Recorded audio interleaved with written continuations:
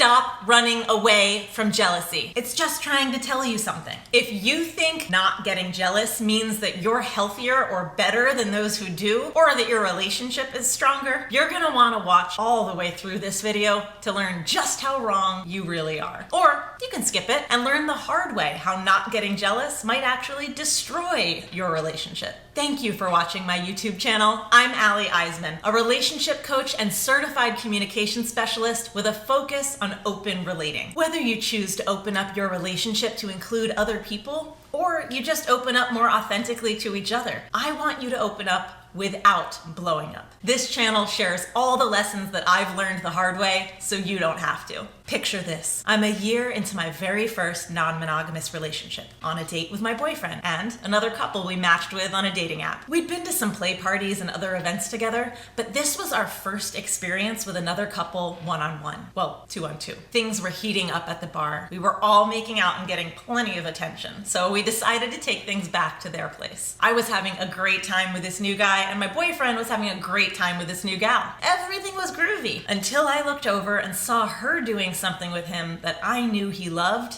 and that I physically couldn't do. All of a sudden, the world shrank, everything got quiet, and my whole body felt simultaneously hot and cold. I didn't know what was happening. Up to this point in my life, I had only ever felt compersion, which is when you experience pleasure from your partner experiencing pleasure with someone else. I had no idea that I was finally feeling jealousy for the first time, but it completely shut me down and the rest of the date along with me. When my partner and I got back to the car, I couldn't speak. Every muscle in my body was tense and I couldn't even look at him. The green-eyed monster had taken hold and was about to take us for an unexpected ride. In this video, I'm going to teach you how to use jealousy as a tool so it doesn't turn you into one, like it did to me. And if you're someone who prides yourself on not being a jealous person, I'm gonna show you exactly how that could be the very thing that destroys your relationship. First and foremost, jealousy, sometimes called the green-eyed monster, isn't something to run away from. It's not wrong or bad, and it doesn't mean you or your relationship is unhealthy. What's more important is how or if you deal with it. A common fear-based reaction to exploring consensual non-monogamy is,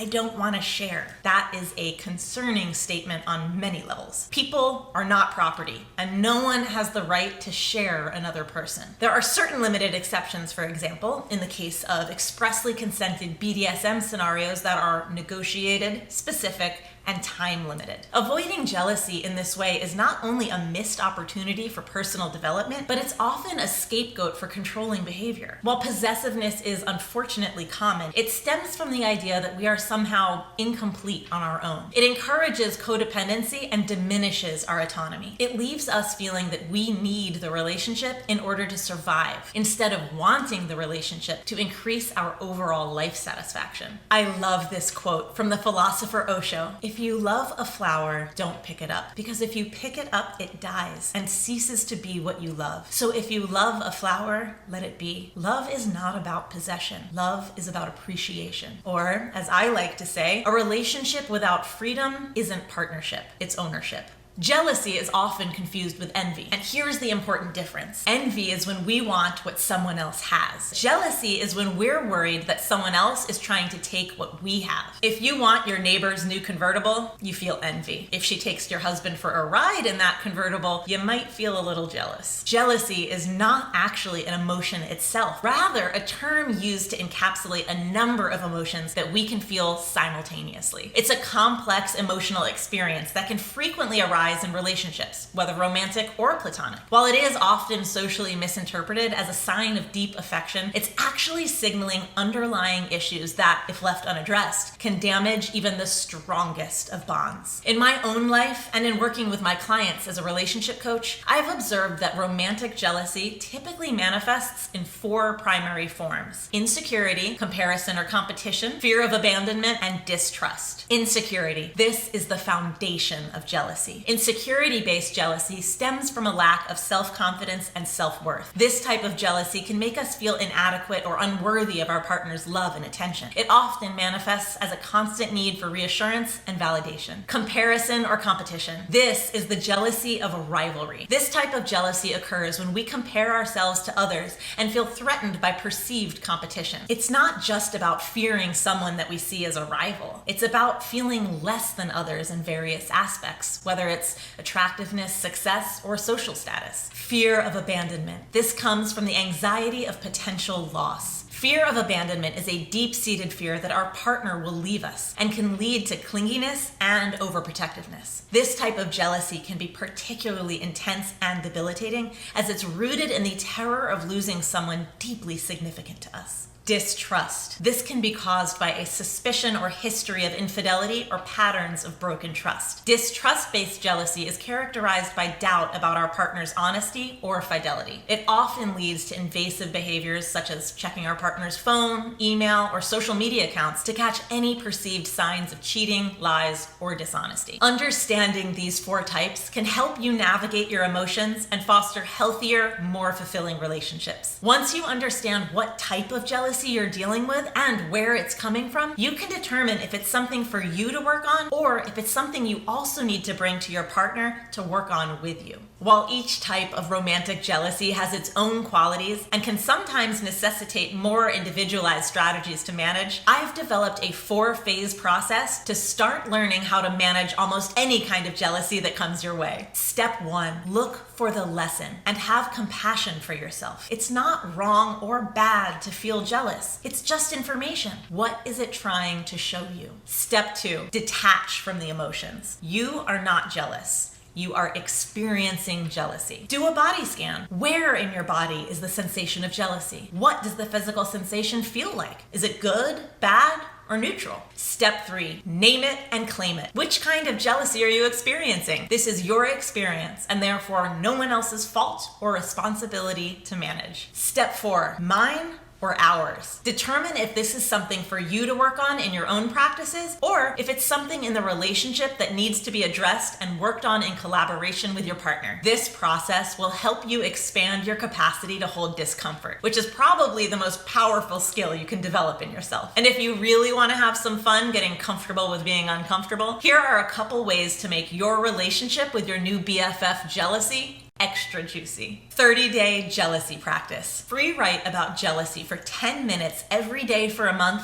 and see what you learn. Remember some of the times you felt jealous and write about how it felt. Where was it coming from? How did it show up? Does it always show up the same way or is it different for different situations and different people? Write a letter to your jealousy. Then write back as your jealousy to you. What is it trying to accomplish? What does it want you to know? Ask it for some advice in real time. Understanding the 4 different types of romantic jealousy can empower you to address these emotions constructively. Recognizing where they come from and how they show up allows you to use strategies to manage and overcome them. Through self-awareness, open communication, and professional support, you can transform jealousy from a destructive force into an opportunity for personal growth and deeper connection in your relationship. By tackling jealousy head on, we can cultivate relationships built on trust, respect, and genuine intimacy. Had I known then what I know now, back during that couples swap gone awry, I would have not only been able to manage my experience better in the moment, I would have also been able to communicate with my boyfriend about it after the fact. I could have determined that I was in comparison, which triggered some deep insecurities I didn't even know I had. Without this level of awareness or the skills to address it, I missed an opportunity to be radically honest and thus connect more authentically with my boyfriend. And I robbed him of the opportunity to show up for me in a vulnerable moment. A potential bid for connection became a breaking point, and it didn't need to. By choosing to identify as someone who never experienced jealousy, I almost destroyed my relationship. Because of my avoidance and denial of it, I had no experience managing it, no tools to deal with it in real time when it did show up. Exposing ourselves to uncomfortable emotional experiences like this is how we develop emotional resilience. When we deny it, run away from it, or make it someone else's fault or responsibility, we miss out on opportunities to connect and build deeper trust and intimacy. Once you master working with your jealousy, doesn't mean it goes away or gets less uncomfortable. You can even turn it into compersion, which is often referred to as the opposite of jealousy. Think of how much joy you experience when good things happen to your best friends. 10x that for your romantic partner, and you'll start to get a feel for what's possible when you befriend the green-eyed monster. Jealousy can be your BFF for personal development, so cultivate your capacity to be uncomfortable and learn to lean in rather than run away from it. If you're not sure how to do that on your own, seek the support of a helping professional, like a licensed therapist or a specialized relationship coach. But whatever you do, don't try to ignore, avoid, or deny jealousy. It's not going anywhere. And it's perfectly fine, although uncomfortable, to experience a visit from the green-eyed monster from time to time. It's trying to tell you something valuable. I'm curious, which of the 4 types of romantic jealousy do you find yourself experiencing most often? I want to know. Drop it in the comments. And don't worry, you don't have to choose just one. Most of us will experience each of them at some point in our lives, and often more than one at a time. Humaning sure is fun, ain't it? If there's someone you know whose relationship with jealousy could use a little help, share this video with them as a not-so-subtle nudge. And please hit the like button and be sure to subscribe, so I don't have to deal with feeling jealous of all the other channels you're subscribed to already. Okay, thank you, bye.